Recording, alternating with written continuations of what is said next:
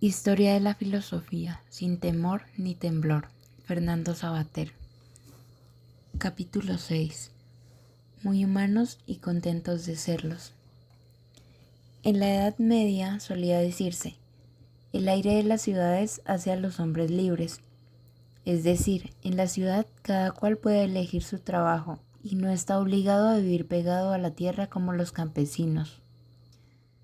Tampoco depende de los caprichos a veces tiránicos del señor feudal, que exige un pago a menudo abusivo de quien cultiva sus campos, así como precio a su protección contra las incursiones de posibles enemigos. Así las ciudades fueron adquiriendo cada vez más importancia y con ellas el Estado, gobernado por un rey que estaba por encima de los señoríos y unificaba en sus manos la administración del poder. Con el ascenso del poder de los estados fue disminuyendo el dominio de la Iglesia sobre los ciudadanos, en especial la cultura, es decir, las universidades, el arte y el pensamiento, fue quedando cada vez más en manos de los civiles. Por supuesto, la Iglesia aún mantenía gran influencia en la sociedad, pero ya no ejercía un control absoluto. En muchas ocasiones, los reyes y el papa entraban en conflicto y no siempre era este último quien imponía su criterio. En el terreno filosófico, el tema fundamental dejó de ser el contenido de los dogmas cristianos y las peculiaridades de la naturaleza sobrenatural de Dios. Aparecieron preocupaciones nuevas, las leyes de los países y su mejor organización, la paz y la guerra entre las naciones, las posibilidades de la ciencia y del arte. Volvieron a leerse y a citarse como autoridades intelectuales a los autores clásicos griegos y romanos, por encima de los padres de la Iglesia. Se desarrolló la investigación y el estudio experimental de las cosas. En una palabra, el asunto central de estudio pasó a ser el hombre y sus capacidades humanas, mientras que la teología quedó relegada a un segundo plano. Quizá en ningún otro sitio se exprese este giro humanista del pensamiento con tanta nitidez como en el discurso sobre la dignidad del hombre de Giovanni Pico de la Mirandola. El autor fue un joven italiano de familia aristocrática que vivió solamente 31 años. En ese breve plazo dio muestras de grandes conocimientos en materias muy dispares que le granjearon admiraciones, aunque también odios. Se dice que murió envenenado. En las diversas ciudades en que vivió, Bolonia, Ferrara, Padua y Florencia. Es preciso recordar que por entonces Italia no era un estado único, sino un conjunto de ciudades-estado gobernadas por familias nobles y frecuentemente enfrentadas en conflictos armados, pero en las que florecían excepcionalmente los conocimientos y las artes. El discurso sobre la dignidad del hombre ha sido llamado por algunos el manifiesto del humanismo renacentista. En él se cuenta una especie de fábula o mito semejante a aquellos de los antiguos griegos. Dios repartió entre todas las criaturas los diversos bienes y habilidades, en una escala en la que cada cual ocupa su lugar determinado y que va desde los ángeles en lo más alto hasta los seres más humildes e inferiores como la ostra. A la pobre ostra, Giovanni Pico la tenía realmente en muy poca estima, pero dejó para el final al hombre, y cuando llegó su turno ya no guardaba ningún bien especial que darle. Por tanto, el ser humano se quedó sin ningún puesto específico y fijo en la escala de la creación. Pero esa aparente limitación tenía también sus ventajas y le otorgaba al hombre una especial dignidad. Así que Dios se dirigió a Adán, el primero de nuestra estirpe humana, y le dijo: mira, Adán, no voy a concederte ninguna prerrogativa ni te asignaré ningún lugar exclusivo en la creación. Los demás seres tienen que atenerse a lo que yo he programado para ellos, pero tú podrás buscarte y labrarte tu propio destino, empleando tu libertad. Serás tu propio escultor y podrás fabricarte con tus actos la imagen que prefieras. después de conocer todas las cosas que hay en el mundo. Podrás ascender en la escala hacia lo más alto, acercándote a los ángeles y a la divinidad, o degradarte y bajar hacia las bestias inferiores, la ostra, ya sabes, menudo aburrimiento. De este modo legendario explicaba Pico que el hombre no solo es parte de la creación divina, sino en cierta forma colaborador en ella, como una especie de Dios en miniatura. Y esa capacidad creadora es la que pone por encima de los restantes seres, porque para bien y a veces para mal tiene la tarea de inventarse a sí mismo.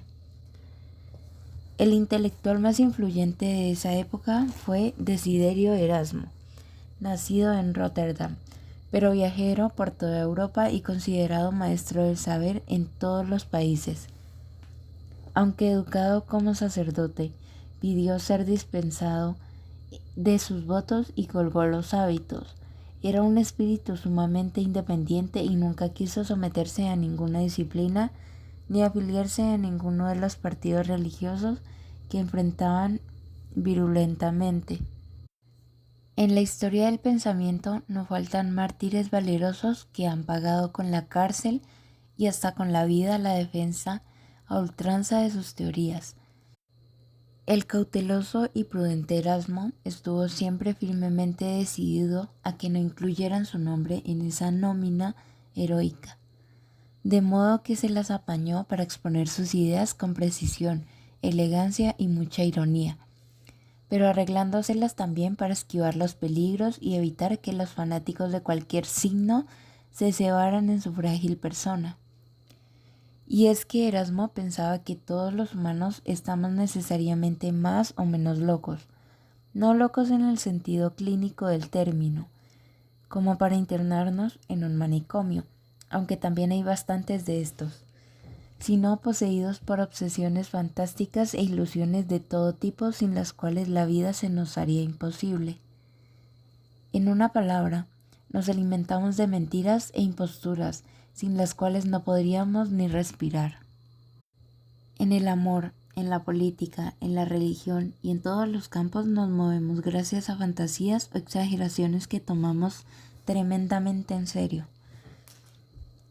Este es el argumento de la obra más conocida de Erasmo, titulada Elogio de la locura, en la que realiza con humor malicioso un supuesto encomio de nuestros delirios más queridos y frecuentes. Por supuesto, Erasmo sabe muy bien que no todas esas locuras tienen el mismo mérito, ni el mismo peligro. Algunas nos permiten disfrutar con mayor ahínco de las posibilidades que ofrece la existencia, pero otras se convierten en motivo para intransigencias, hipocresías, guerras y persecuciones. A pesar de ser un hombre religioso, Erasmo era muy crítico con la Iglesia y sobre todo con los papas, demasiado dedicados en su época al lujo, a la sensualidad y a las intrigas políticas. Vivían literalmente como príncipes, no como sacerdotes y representantes de la humildad cristiana. Erasmo escribió páginas demoledoras contra ellos, que probablemente inspiraron en parte a los reformadores protestantes. Pero cuando Lutero lanzó su cisma, Erasmo no se decidió a ponerse de su lado abiertamente, prudente hasta parecer a veces cobarde, aunque no faltaba en esos tiempos, como en todos, muestra de brutalidad que justificaban su actitud. Desconfiaba de la vehemencia y el fanatismo del monje rebelde, a pesar de comprender y en cierta medida compartir sus razones, de modo que se mantuvo en una actitud ambigua, que le hizo sospechoso ante todas las facciones, pero le permitió llegar a viejo. En lo que Erasmo fue indudablemente más claro fue en su oposición a la guerra, a cualquier guerra, a todas las guerras. En uno de sus adagios, es decir, comentarios de proverbios griegos y latinos en los que daba muestras de su erudición a la par que exponía sus propias ideas. Glosa del proverbio: la guerra es dulce para quien no la conoce.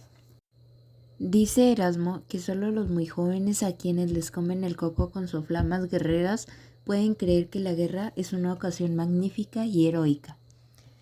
También nuestro Quevedo habló luego de la juventud robusta y engañada. En realidad, el hombre no está hecho para enfrentarse a los demás hombres, sino que es el único animal nacido exclusivamente para la amistad y que madura y se refuerza principalmente gracias a la ayuda mutua. Las trampas y crueldades de la batalla son todas infames, aunque nos hayamos acostumbrado a ellas y las consideremos normales. En cuanto a los motivos para declarar la guerra al vecino, todos le parecían fútiles y engañosos, porque quien quiere reñir siempre encontrará en el pasado alguna justificación para su agresión. La verdadera causa de las guerras suele ser siempre la ambición y el deseo de conseguir por la fuerza riquezas ajenas. Tampoco le convencían quienes predicaban la cruzada contra los turcos pretextando que tenían una religión distinta y peligrosa. Vamos a ver, si los cristianos no practican la caridad y la mansedumbre evangélicas, ¿en qué son mejores los musulmanes? Incluso llegó a decir que si se prescinde del hombre y de la insignia de la cruz, somos turcos luchando contra turcos. Valientemente, ahora sí, Erasmo sostuvo que los príncipes deben recordar que gobiernan a los hombres libres y no a simple ganado al que se puede llevar con engaños al matadero para servir a sus propios intereses particulares. En alguno de sus viajes, Erasmo fue a Inglaterra y se alojó en casa de su amigo Tomás Moro. El canciller Moro era un estudioso de los filósofos clásicos, como Erasmo, pero también un hábil político, consejero durante cierto tiempo del rey Enrique VIII. En bastantes aspectos se parecía a Erasmo. Erudito, irónico, firme en sus convicciones religiosas, pero tolerante con las de los demás, y también un espíritu libre e independiente que servía a su país sin sentirse, sin embargo, obligado a plegarse a los caprichos del poderoso. Seguramente, Erasmo y él se lo pasaban muy bien charlando y riéndose de las locuras necesarias de los humanos. Por cierto, ¿en qué lengua hablaban entre sí los dos amigos? Pues en latín seguramente, el idioma de todas las personas cultas de Europa en aquella época, en la que escribieron sus obras más destacadas. La diferencia entre ambos era que Moro ocupó cargos políticos, en vez de mantenerse al margen de estos asuntos como el prudente Erasmo. Por ello, cuando el polígamo Enrique VIII ordenó al Parlamento inglés anular su matrimonio con Catalina de Aragón y nombrar heredero del trono al hijo que había tenido con su segunda esposa, Ana Bolena, a la que también eliminó luego de un hachazo, Tomás Moro se negó a firmar ese acta. El rey le encarceló y le condenó a muerte y terminó ordenando que le cortaran la cabeza. Cuando quienes querían salvarle la vida le sugerían que dijese una palabra de arrepentimiento al rey, probablemente propicio a indultarle en nombre de sus servicios pasados, Moro contestó con sencilla firmeza: «Soy el único que lleva la responsabilidad de mi propia alma». Tomás Moro escribió un libro cuya celebridad ha llegado hasta nuestros días, Utopía. Es uno de los pocos casos en que el título de una obra se convierte en el nombre de una forma de pensamiento. ¿Quién no ha oído hablar de utopías buenas o malas e incluso ha clasificado un proyecto supuestamente irrealizable de utópico? La utopía de Moro es una especie de novela que cuenta la llegada de un náufrago, Rafael, a una isla denominada Utopía, un nombre de etimología griega que significa algo así como en ningún lugar, en ningún sitio, y que indica la intención satírica del autor. Este mínimo argumento sirve para contarnos las instituciones y la forma de vida que imperan en ese lugar fabuloso. En Utopía no existe la propiedad privada ni el dinero. El oro y la plata son considerados metales viles, que sirven para fabricar los instrumentos domésticos menos preciosos. Todos los ciudadanos cultivan el campo por turnos, y nadie puede permanecer ocioso salvo riguroso castigo. Se trabaja 6 horas al día y el resto del tiempo se dedica al ocio o al estudio. Solo se cultivan las ciencias que sirven para fines prácticos, no las especulaciones lógicas o metafísicas. La religión de los utopianos se basa en la inmortalidad del alma y por tanto los castigos o premios eternos que le corresponden tras la muerte, es decir, los aspectos prácticos de las creencias que sirven para mantener el orden. Pero si se aceptan estos dogmas, no es preciso ya pertenecer a ninguna iglesia determinada y el cristianismo coexiste sin hostilidad con cualquier otra devoción. Solo son condenados los fanáticos religiosos que intentan perseguir a los fieles de otras doctrinas, de modo que el único pecado imperdonable socialmente es la intolerancia. La guía racional de la conducta humana es el placer y sobre el placer se basa la solidaridad social, porque el placer de todos es parte del placer de cada uno de los miembros de la comunidad. La verdad es que la vida en utopía, si nos tomamos en serio esta sátira, no parece demasiado atractiva. Todo es excesivamente rígido y formal. Nada puede ser discutido y las novedades están descartadas por decreto. Las leyes vigentes fueron establecidas por el mítico rey Utopos, que las promulgó de modo inapelable e inmodificable hace 800 años. Sin embargo, lo cierto es que Tomás Moro no intentaba proponer realmente un programa de gobierno ni un modelo de paraíso, sino criticar usos y abusos frecuentes en la Inglaterra de su época. Lo malo es que muchos de los utopistas que han seguido las trazas de Moro, imitando preferentemente el comunismo elemental de la primera utopía, han pretendido después establecer en serio paraísos obligatorios en los que todo estuviera previsto de antemano y los disidentes fuesen castigados como traidores a la comunidad. De ese modo, en demasiados casos, el sueño idealista de unos pocos se ha convertido en pesadilla carcelaria para todos los demás. Pero sería injusto echar la culpa de estas peligrosas aberraciones al ingenioso y valiente canciller.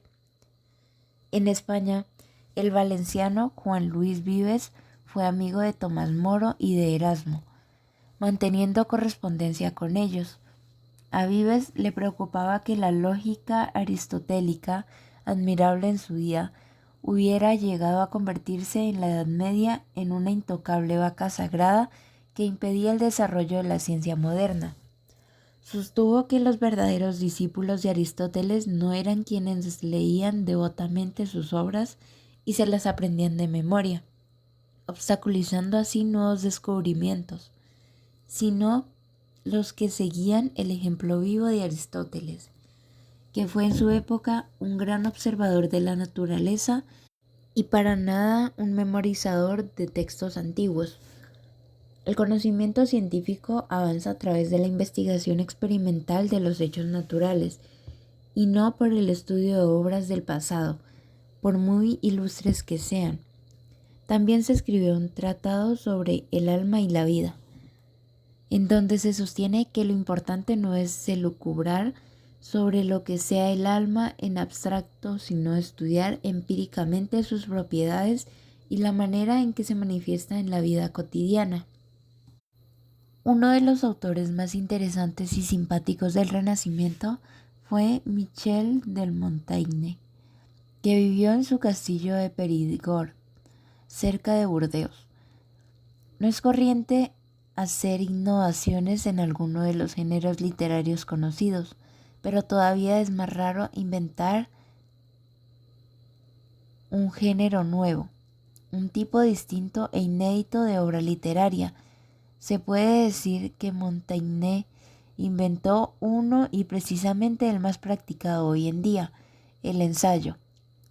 Así se llama por primera vez los textos que escribió, ensayos, piezas breves que no pretenden estudiar científica y ordenadamente un tema, sino reflexionar con libertad y espontaneidad sobre él, aportando anécdotas, rasgos de humor, experiencias personales y divagaciones que lo prolongan en busca de nuevos horizontes. En todo lo que se escribe en Montaigne es muy importante el testimonio de su propia aventura vital. Al comienzo de su obra anuncia: "Yo soy la materia de mi libro", y todo lo que cuenta y piensa está basado a través de sentimientos y sensaciones que él mismo ha tenido. Nunca habla solo de oídas, a pesar de su gran erudición, sino que se refiere a las cosas en primera persona. A pesar de que su padre lo educó hasta casi la adolescencia en latín, Montaigne es el primero de estos autores humanistas que escribe en francés, es decir, la lengua común del pueblo y no solo la de los universitarios o estudiosos. Los ensayos tienen un discurrir variable porque la vida misma es así, cambiante y llena de circunstancias contradictorias. El pensamiento de Montaigne está marcado por el escepticismo, es decir, por la duda respecto a todo lo que podemos saber. No habla con la seguridad del dogmático, sino que expresa sus vacilaciones y a veces su confusión sobre lo que se le aparece en el mundo. Para conocer lo que hay, solo contamos con los datos de nuestros sentidos y no tenemos medio para estar seguros de si las cosas son como nos parecen o su ser verdadero es diferente a como nosotros lo percibimos. No tenemos más remedio que atenernos al testimonio variable e incierto que nos aporta la experiencia, por lo que haremos bien en ser modestos en la ostentación de nuestra ciencia. Dependemos del mundo y la naturaleza. Frente a ese enorme conjunto de sucesos somos pequeños y contamos con medios limitados de conocimiento. El hombre sensato buscará vivir lo mejor posible y no solo saber lo más posible. A fin de cuentas, lo que más importa es disfrutar del modo más humano de nuestro breve paso por el mundo. Para Montaigne, todo lo que ocupa la vida es digno de atención, desde nuestras funciones fisiológicas hasta nuestras enfermedades o nuestra conversación con los amigos. Y no hay que exagerar la importancia de lo que llamamos civilización, porque también los que denominamos salvajes, como los indígenas de la América entonces recién descubierta, e incluso los animales son compañeros nuestros en el esfuerzo por aprovechar lo mejor posible cuanto de favorable ofrece la vida. A Montaigne no le gustaban los sacrificios ni el sufrimiento como mérito. Incluso dice, radiante: "Yo no hago nada sin alegría". Si la utopía de Tomás Moro sirvió para nombrar todo un nuevo género de obras, el apellido de Maquiavelo se ha convertido en adjetivo calificativo, o más bien descalificador de ciertos políticos. Llamamos hoy maquiavélico a alguien muy astuto, hipócrita y tramposo que no retrocede ante ninguna fechoría para conseguir lo que se propone. No es del todo justo. Nicolás Maquiavelo, nacido en Florencia, fue un historiador dedicado a hacer política, pero también a reflexionar sobre ella. No un desaprensivo ni mucho menos un criminal. Ante todo, fue un patriota con el mayor de los problemas. Su patria no existía, aún. Italia era un mosaico de ciudades y feudos frecuentemente enemistados, en donde los reyes de España y Francia hacían y deshacían, a su conveniencia. Maquiavelo quería conseguir que los italianos se unieran entre sí y se independizaran del dominio de los extranjeros. Aspiraba a recuperar la antigua gloria que Roma había conocido en Europa. Para ello eran imprescindibles al menos dos cosas: un buen conocimiento histórico del pasado, para aprender de él lecciones útiles, y también para saber de dónde venían las instituciones malas o buenas del presente, así como precisamente sus consejos a esos futuros gobernantes, recogidos en su obra más célebre, El Príncipe. Los que le han granjeado mala fama en la posteridad. Según Maquiavelo, el gobernante tiene ante todo que ser un buen político, capaz y decidido, conocedor del terreno y con proyectos viables, etc., pero no sencillamente lo que llamamos una buena persona. La moral más corriente está muy bien para las relaciones cotidianas que los humanos mantenemos entre nosotros, pero no sirve, o al menos no basta. Para quien tiene que dirigir toda una comunidad, sortear conspiraciones y vueltas o enfrentarse a enemigos exteriores, el cristianismo puede ser estupendo para salvar el alma particular de cada cual, pero no se convierte en un obstáculo cuando de lo que se trata es salvar a todo un país.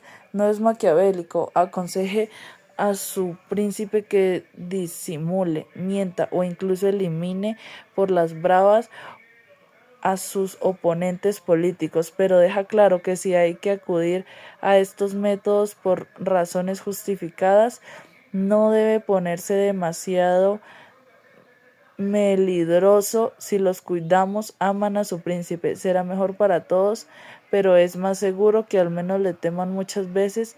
Un príncipe temido pero eficaz es mucho mejor para garantizar la libertad de los ciudadanos que uno muy amado por bondadoso y tontorrón. Este manual de instrucciones convierte a Maquiavélico en el padre de lo que se llamó la razón del Estado, es decir, la justificación por el bien de la comunidad y la paz social de los actos menos recomendables que a veces perpetran los gobernantes. Sería injusto, sin embargo, hacerle responsable de tantos abusos y maldades como luego se han cometido y se cometen bajo el lema de la dichosa razón del Estado. Quizá el descuido de Maquiavelo no fue prever que muchos políticos confunden sus intereses personales o los de su partido con el bien común de la sociedad. Claro que estos pájaros no son maquiavélicos, sino sencillamente sinvergüenzas. La visión que tiene Maquiavelo de la historia y la política es sin duda más pagana que cristiana. Lo que llama virtud se le parece más a lo que los antiguos romanos consideraban así, no a lo que predicaban los santos padres. Algunas de las figuras políticas más admiradas por él, como el feroz César Borgia o el marrullero Fernando el Católico, aspiraron a reinos más terrenales que el de los cielos. Por lo demás, Maquiavelo tuvo una clara conciencia de que organizar la conciencia humana es algo muy complejo, sometido a constantes vaivenes según las fuerzas en el conflicto y donde constantemente influye el azar, es decir, lo impredecible, lo que desbarata los mejores planes. Es el azar, lo que los paganos llamaron fortuna y los cristianos quisieron contrarrestar con la noción de providencia divina, el mayor y más constante enemigo con el que los príncipes deben enfrentarse, como el resto de los humanos, si bien se mira. En esta época comienza también a desarrollarse la ciencia en el sentido moderno de la palabra, basada en la observación con la experimentación y luego en la aplicación de cálculos matemáticos, pero los descubrimientos científicos hicieron tambalearse muchas creencias tradicionales, algunas sostenidas por supuestos argumentos religiosos y otras basadas en un respecto acrítico a lo que decían Aristóteles y otros sabios de la antigüedad. El gran astrónomo Nicolás Copérnico, por ejemplo, estableció el centro de nuestro sistema planetario es el Sol y no la Tierra, como se creía desde Ptolomeo. Después de otro astrónomo, Kepler reforzó la teoría heliocéntrica y descubrió las leyes del movimiento planetario, la órbita elíptica que describen estos cuerpos celestes, etc. De los descubrimientos de ambos se derivaron luego los grandes avances de los genios como Galileo o Isaac Newton, ya no en los cielos, sino en ya no en los cielos, sino en la tierra. Hilbert teorizó sobre las propiedades del imán. Haber descubrió la circulación de la sangre. Leeuwenhoek hizo lo propio con los espermatozoos y los organismos unicelulares. Robert Boyle hizo avanzar extraordinariamente la química, etc. La gran carrera por el desvelamiento de los componentes materiales del mundo había comenzado. Lo mismo que la policía fue pensada filosóficamente por Maquiavelo, otros se dedicaron a la reflexión sobre las nuevas perspectivas cósmicas y materialistas que abría la nueva ciencia. A veces esas reflexiones tenían más de imaginación poética que de método científico, como es el caso de Giordano Bruno, nacido en Nola. Eran tiempos en que las fronteras entre la magia y el conocimiento experimental, la observación de lo real y el vuelo fantástico que se pasea por el universo inmenso estaban todavía poco claras. Bruno tenía interés en todos esos campos y se movía con fulgor y cierta arbitrariedad a través de ellos.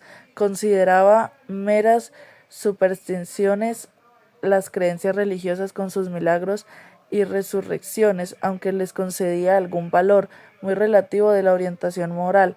Creía que un Dios, pero al que identificaba con la naturaleza y sentía entusiasmo vital del hombre enfrentado ante las posibilidades infinitas del universo, semejante por tanto al propio Dios en su aspiración a lo limitado, como a otros pensadores del pasado.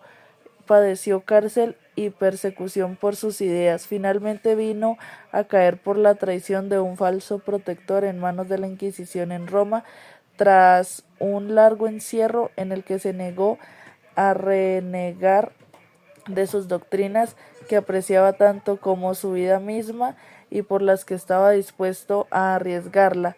Terminó quemado vivo en el campo de Fiori, donde una estatua severa y oscura conmemora hoy martirio, su martirio.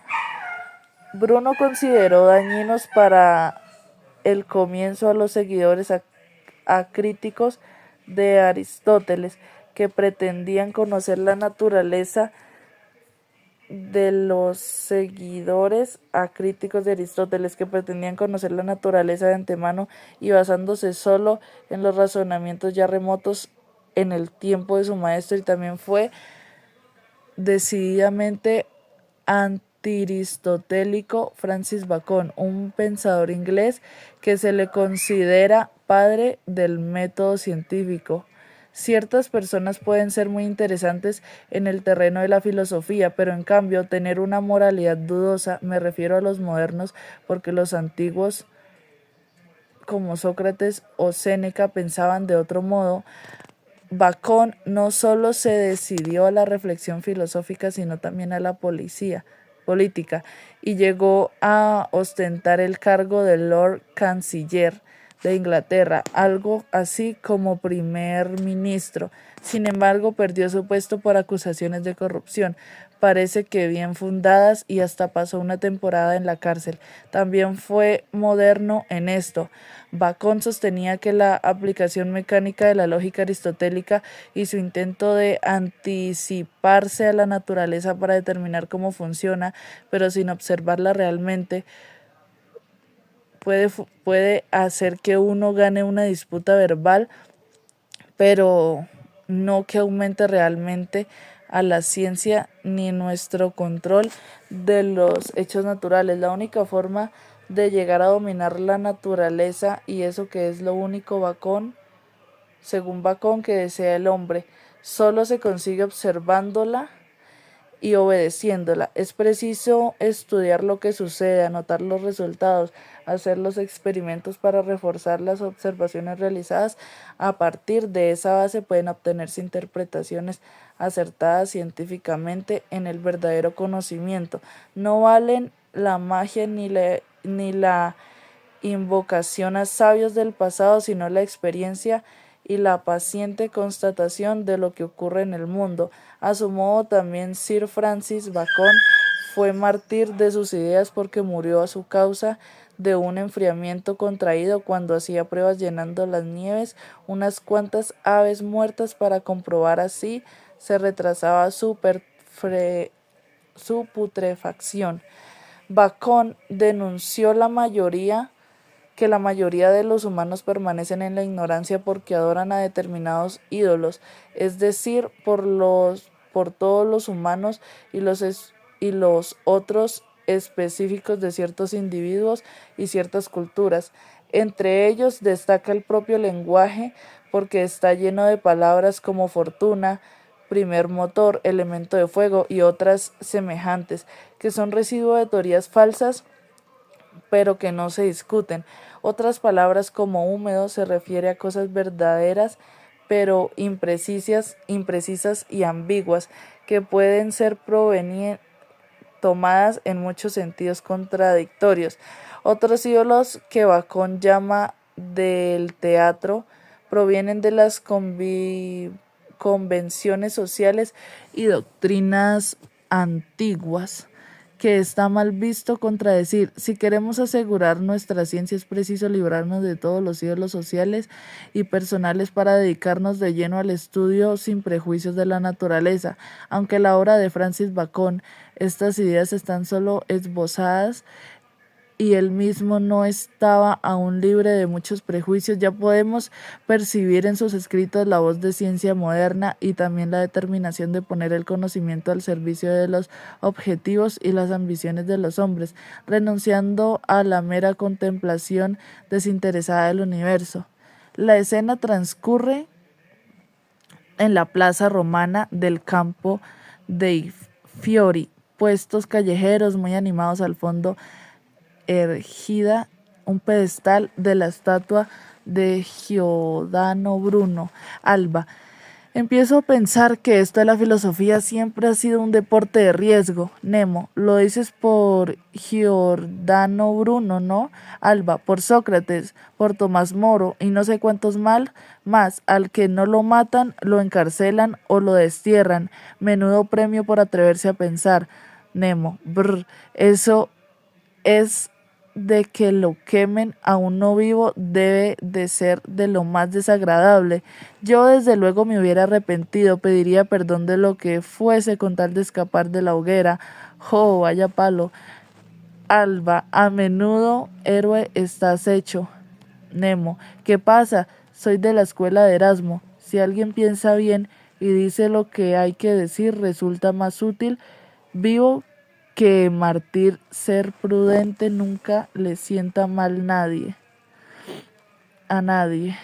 Alba, y cuando no es posible o decente callarse lo que uno piensa.